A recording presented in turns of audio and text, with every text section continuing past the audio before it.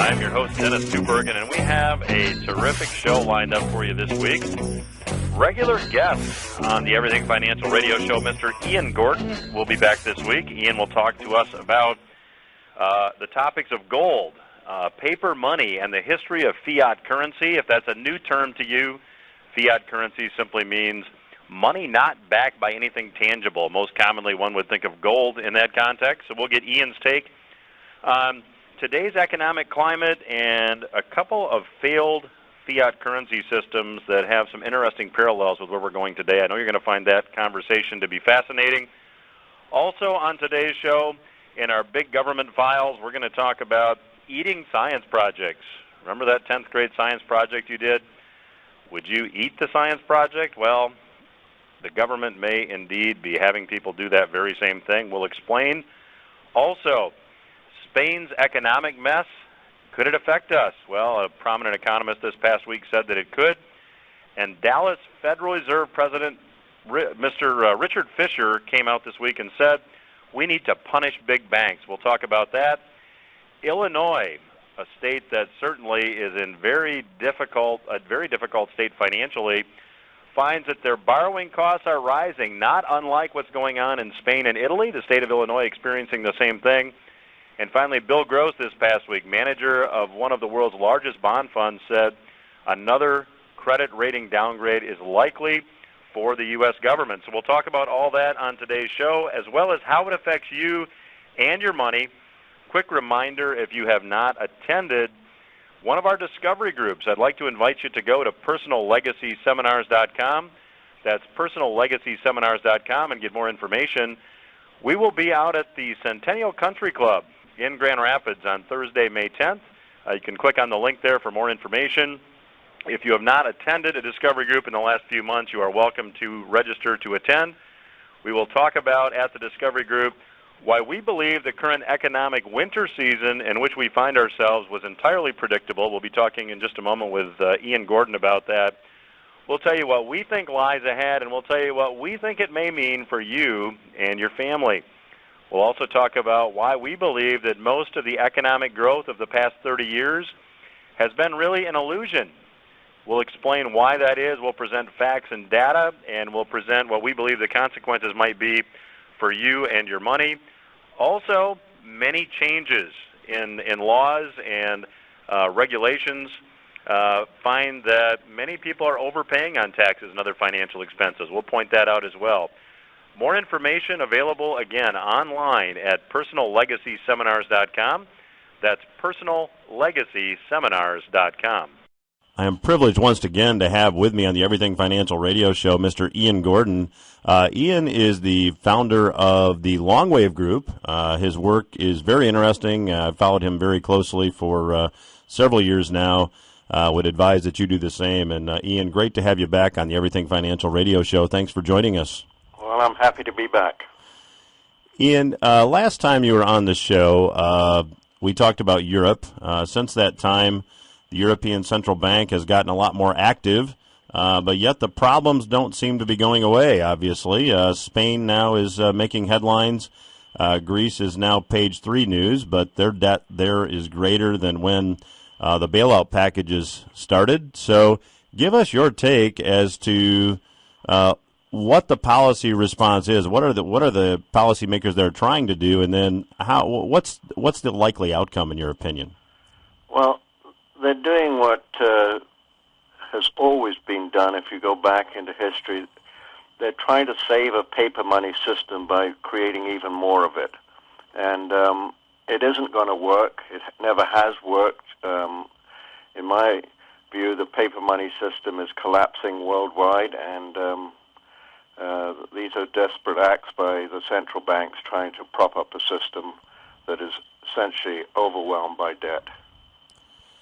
Ian, when you say that there's never been I don't mean to put words in your mouth, so correct me if I'm wrong, there's never been a paper money system that has survived. Can you give the listeners maybe an historical example or two? Well, I think the two closest examples in history are actually both French examples, as the John Laws, who was a Scotsman, but convinced the French ruler in the early 1700s that the way out of the debt problem that the French government was facing was to go on a paper money system. And typically, once you get on those paper money systems, all discipline gets lost, and the printing presses just rev up and create even more and more paper. And coupled with that paper money scheme in the John Laws period was a huge, basically a massive stock scheme based on the Mississippi provinces that the French owned in the United States. And that whole thing eventually collapsed, and the paper money scheme completely collapsed, and the stock market essentially didn't actually go to zero, but almost went to zero in Paris. And the French were forced to return to a specie form of payment, at this time gold. So that was one example. The second example was again in France, was during the French Revolution.